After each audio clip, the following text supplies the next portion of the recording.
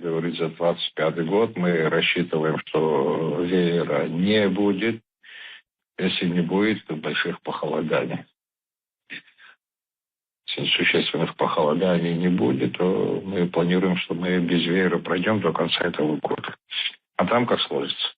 А какое похолодание считается существенным? Вот до какой температуры, до какого предела примерно? Ну, смотрите, сейчас у каждого месяца есть свое среднестатистическое значение.